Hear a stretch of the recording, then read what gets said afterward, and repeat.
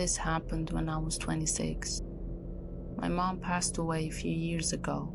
My dad is blind. My dad sold a very successful energy company when I was young though, so we have money and multiple properties which we rent out. Obviously I have to do my part in helping out given the circumstances. I help manage most of the properties. My dad lives in his one-story condo about 10 minutes away from us. The condo was walking distance to town, which has grocery stores and anything he could need. My sister Katie and I live in the house that we all used to live in together as a family. Our dad gets by himself with basic things like shopping and taking care of himself, but we have to bring him to further away things like doctor visits and whatever he can't walk to. This happened during a winter storm. Katie was at her boyfriend's house half an hour away from home, so I was home alone. The snow was coming down heavily, and I thought to call my dad and check in on him. He has a landline phone because that's easier for him to use rather than a smartphone. He does have a smartphone, but he's stubborn about using it sometimes. When I called, it rang 4 times, then went to voicemail. So I called again, and the same thing happened. Normally, he would rush to the phone to call back whenever we call, so I waited a few minutes before calling one more time. When I saw he wasn't calling back, he once again went to voicemail. I called Katie asking if Dad said anything about going out in this weather. When she said no, he didn't, that's when I got worried. Didn't like the idea of him being out in a blizzard, so I drove over to his condo. The roads were so bad that there were hardly any cars on the road. My phone kept vibrating, even a winter storm advisory warning. These were no conditions for my dad to be out walking around in. As I pulled up to his condo, I did notice footsteps in the snow going both ways, indicating he must have gone out and just gotten home. I knocked on the front door and called, "Dad, it's me." And a few seconds later, the neighbor's wife, an elderly woman named Hannah Laura, opened her door and said hello with a smile, telling me her husband just gave my dad a lift to the store a few minutes ago. We talked for a minute, then I thanked her as she closed her door. I figured I might as well let myself into my dad's condo to wait since I was already there. Naturally, before looking for my key, I tried twisting the doorknob, and to my disappointment, it opened the door. My dad didn't lock the door again. I told him so many times to stop doing this because one day someone would break in, even if we live in a nice area. I shut the door behind me, but then I noticed something peculiar. There were melted snow tracks on the wood floor, leading past the living room to the little hallway which leads to my dad's room. "Dad?" I called. "Did he get home just before I got here?" That wouldn't have explained Hannah Laura's husband not having returned yet. Well, maybe it could have. Maybe he dropped my dad off and then ran his own errands. These were the thoughts I was having as I was slowly following the tracks. I called Dad one more time, this time louder. Didn't hear the shower running, so why wouldn't he be able to hear me? Something wasn't right. He would have answered. I started calling my dad's cell number, and I heard it in the bedroom down the hall. Maybe he was home. I went down the hall into my dad's empty room. He wasn't there. I saw his phone vibrating on the nightstand next to his bed. I looked at the ground and saw the melted snow tracks lead to his bathroom in his room. The door was closed. I went over to knock on it and said, "Dad, one final time." No response. I slowly opened the door, and the bathroom was empty. There was something unusual I noticed right away. That was the shower curtain. It was pulled shut. My dad always leaves the shower curtain pulled open. I know this for a fact. On top of this, the door being shut was also unusual. He leaves all doors and such open to make navigating easier for him. I looked at the shower curtain for a moment, then I closed the door. I walked to the front of the condo, shut the door, and called 911. I waited in the front of the condo, the only entrance and exit. Police showed up surprisingly quickly given the conditions.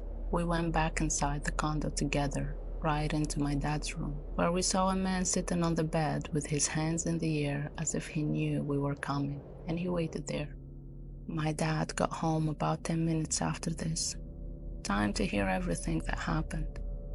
The man who broke in lived a few units down, according to his ID.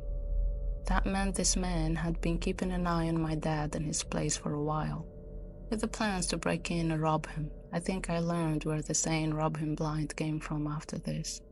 My dad, being the kind soul he is, didn't even want to press charges, but we convinced him to hire a lawyer. The man was charged with third-degree burglary, and he is still in jail to this day.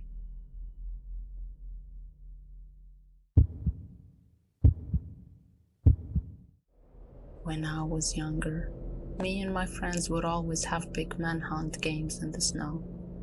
This one January night when we were 13 and there was this crazy blizzard going on, continued our tradition. We had a group of 6 people playing, 3 on each team. The game was more or less tag, but it involved hiding and running to an assigned safe point, which for us was the front stoop we used in the summer, but the snow only made it so much better. With the snow adding as a hiding and slowing down factor, hunting down footprints, and even using snowballs as weapons to slow down chasers. It was the most fun game of our childhood, until this particular year things turned pretty bad. It was our turn to hide. I'll give you the names of my teammates to make things more easy to follow. Dan and Christian. Dan hopped the fence to someone's backyard on the other side of the block, which wasn't really cheating as we had no limits with this game. Christian jumped on the top of my other friend's shed in the backyard and hid behind the sloped roof. I thought I'd be sneaky and started running all around the backyard to create a seemingly endless trail of footprints. When our friends from the other side of the house announced that they were coming, I had to think quickly. I did something that wasn't too pleasant. First, I signaled for Christian atop the roof to run if I were to run myself, and then I hopped in the bushes and lay flat in the snow. 2 of the others entered the backyard and started analyzing the crazy footprints paths I created.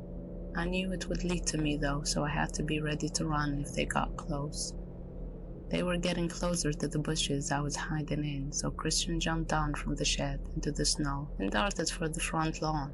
The 2 chased after him in both directions. I knew the stoop would be guarded right now, so I took this opportunity to better hide myself. I decided to follow Dan's approach and hopped onto the roof of the shed, then over the fence to that backyard on the other side of the block. I didn't see Dan anywhere though. I looked for his footprints but quickly found some other kind of tracks in the snow. By the fence were a few boot marks from where Dan must have landed, but then quickly the marks turned to a steady trail of something being pushed or dragged through the snow. I followed the trail to the back door of the pitch-black house, and then it stopped. My heart sank. I turned and headed back for the fence to hop over and call for my friend's parents. But about halfway across the yard, I heard the sliding door to the house open, and someone wearing a black coat with the hood covering their face emerged and started stomping over to me.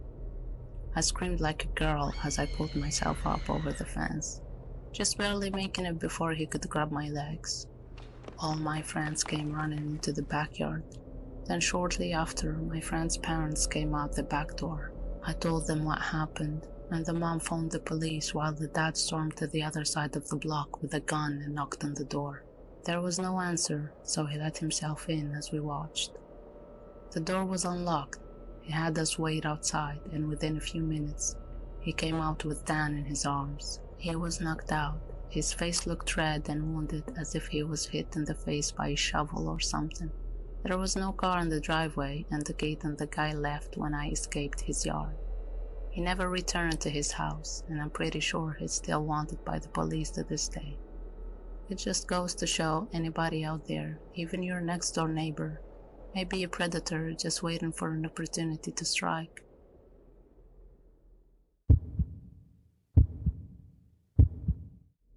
My name is Ethan, and I'm a photographer.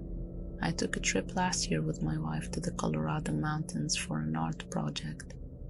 My wife is also an avid skier, so she talked me into adding skiing to the trip. We had the options to book a room at a ski resort or rent out a private log cabin. The second one seemed more romantic, so I picked that one. Plus, Didn't hurt that it was cheaper. The cabin was nothing luxurious. It was a single-floor room, a two-person bedroom, a small living room, a kitchen, and a bathroom. They may have been small, but the actual idea of being secluded in a warm log cabin during a blizzard was amazing. However, the storm interfered with the cable signal, so it didn't have much to do. One particular evening, it was just starting to get dark, but there was still a decent amount of light outside. I thought it'd be perfect for getting a few shots and videos in the blizzard for backgrounds and wallpapers. I told my wife I'd be back within 10 minutes, slipped on my boots and coat. The moment I stepped outside and shut the door, I noticed footsteps leading up to the door in the snow that had blown under the wooden awning. I could see the prints doubled as whoever left them there turned and went the opposite direction. I was freaked out, but I wasn't about to go inside and scare my wife. I decided to give in to my curiosity and followed the prints to the right side of the cabin. Right away, I noticed that they led to the bedroom window. My heart froze in fear when I saw this. I could see my wife sitting on the bed using her iPad. She noticed me and waved, then left. I continued to follow the footprints around the cabin to the other side. They led to the living room window on the other side. Someone was stalking us. How long ago was the question? I found myself standing there for a good minute, asking myself if I should follow the footprints anymore. For whatever reason, I decided I would. They were now leading away from the cabin. I knew I was following the prints to where this person was going, not coming from, simply by the boot marks. I followed the prints away from the opening and into the trees. That's where I saw him. A man wearing a black coat facing a tree, slouched down looking at the ground. He was still as a statue, and I could see the snow piling up on his hood and shoulders. I froze in my tracks, trying not to make a sound. I would have thought to ask him if he needed help otherwise, but this guy was just standing there, not doing anything, like some kind of deranged freak. I started to gradually move backward without even turning around, making sure this man didn't turn around or notice me.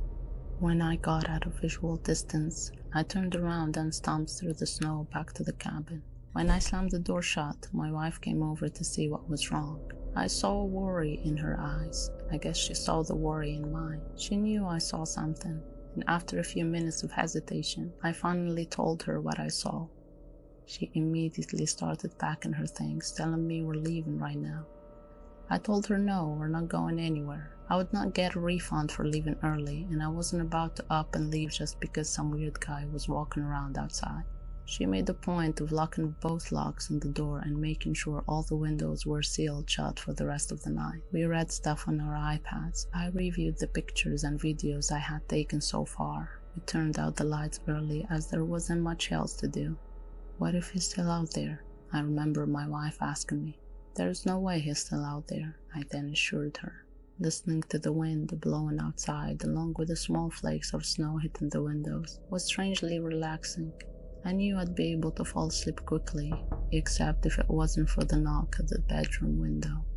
We were both still awake, and we both knew it was a knock from a person. I ushered my wife out of bed and out into the living room without turning on any light. There was nothing to use as a weapon whatsoever. Our only option was to run before something might happen. I told my wife we'd have to forget our luggage and make a dash for the Jeep. We slipped on our boots and coats in the dark in a matter of seconds.